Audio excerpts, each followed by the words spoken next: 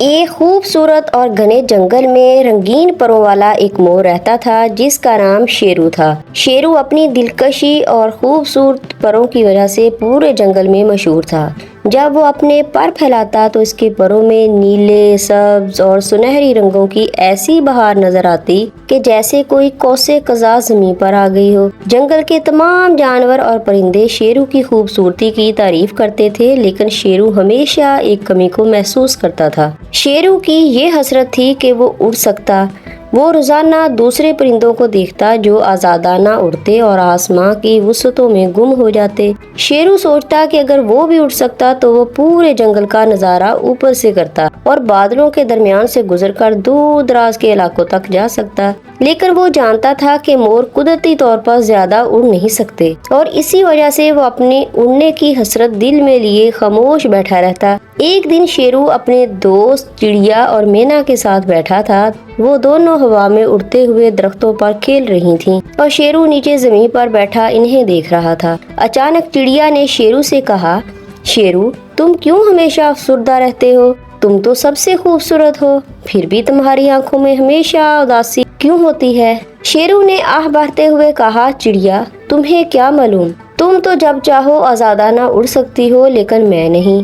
میں چاہتا ہوں کہ میں بھی آسمان کی بلندیوں تک جا سکوں، لیکن میری قسمت میں یہ نہیں۔ مینا نے ہنستے ہوئے کہا، شیرو، تمہیں اپنی خوبصورتی اور منفرد صلاحیتوں پر فخر ہونا چاہیے۔ ہم پرندے تو اڑ سکتے ہیں، لیکن تمہاری رقص کرنے کی مہارت کسی کے پاس نہیں۔ شیرو نے اداسی سے کہا، رقص تو ٹھیک ہے، لیکن اڑنا میرے لیے ہمیشہ ایک خواب رہے گا۔ اس رات شیرو اپنے گھونسلے میں لیٹا تھا اور آسمان کی طرف دیکھ رہا تھا۔ چمکتے ہوئے ستاروں کو دیکھ کر اس کے دل میں اڑنے کی خواہش اور بھی بڑھ گئی۔ وہ دل ہی دل میں سوچنے لگا کہ کیا کوئی طریقہ ہو سکتا ہے کہ وہ اڑ سکے۔ وہ اسی سوچ میں ڈوبا ہوا تھا کہ اس کی آنکھ لگ گئی۔ اگلی صبح شیرو نے ارادہ کیا کہ وہ جنگل کے سب سے بوڑھے اور دانشمند عقاب سے ملے گا، جس کا نام حکیم تھا۔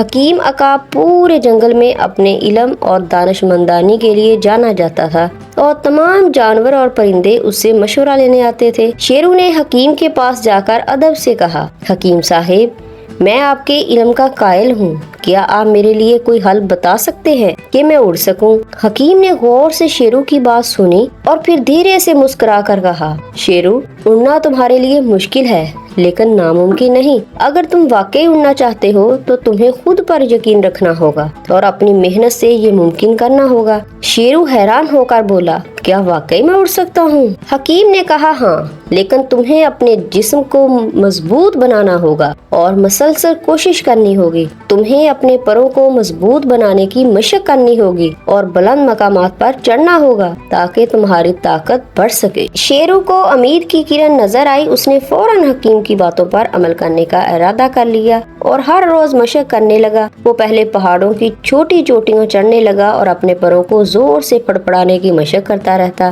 ابتدا میں وہ تھک جاتا اور ناکام ہو جاتا، لیکن اس نے ہمت نہیں ہاری۔ دن رات کی محنت کے بعد اس کے پروں میں طاقت آنا شروع ہو گئی اور اس کی اڑان کی کوششیں بہتر ہونے لگیں۔ چند ہفتے بعد شیرو کو محسوس ہونے لگا کہ وہ پہلے کے مقابلے میں زیادہ اونچا اڑنے لگا ہے۔ اب وہ درختوں کی چوٹیوں تک پہنچنے لگا تھا اور اس کے دوست چڑیا اور مینا اس کی حوصلہ افزائی کرنے لگیں۔ ایک دن شیرو نے فیصلہ کیا کہ وہ جنگل کے سب سے اونچے درخت پر اڑ کر جائے گا۔ یہ درخت بہت ہی بڑا اور بلند تھا اور شیرو کے لیے یہ ایک بڑا چیلنج تھا۔ اس نے اپنے پروں کو پوری طاقت سے پھیلایا اور اڑنے کی کوشش کی۔ وہ آہستہ آہستہ اڑتا گیا اور نیچے سے اوپر کی طرف بڑھنے لگا۔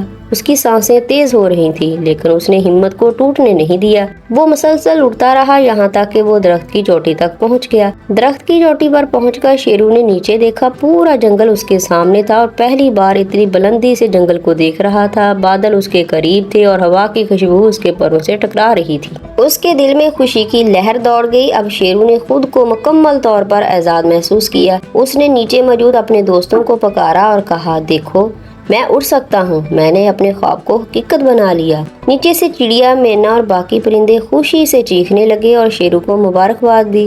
شیرو کی محنت اور عزم نے اسے وہ کامیابی دلائی جس کا اس نے ہمیشہ خواب دیکھا تھا۔ شیرو کو اب احساس ہوا کہ کوئی بھی کام ناممکن نہیں ہوتا، بس اس کے لیے محنت، عزم اور یقین کی ضرورت ہوتی ہے۔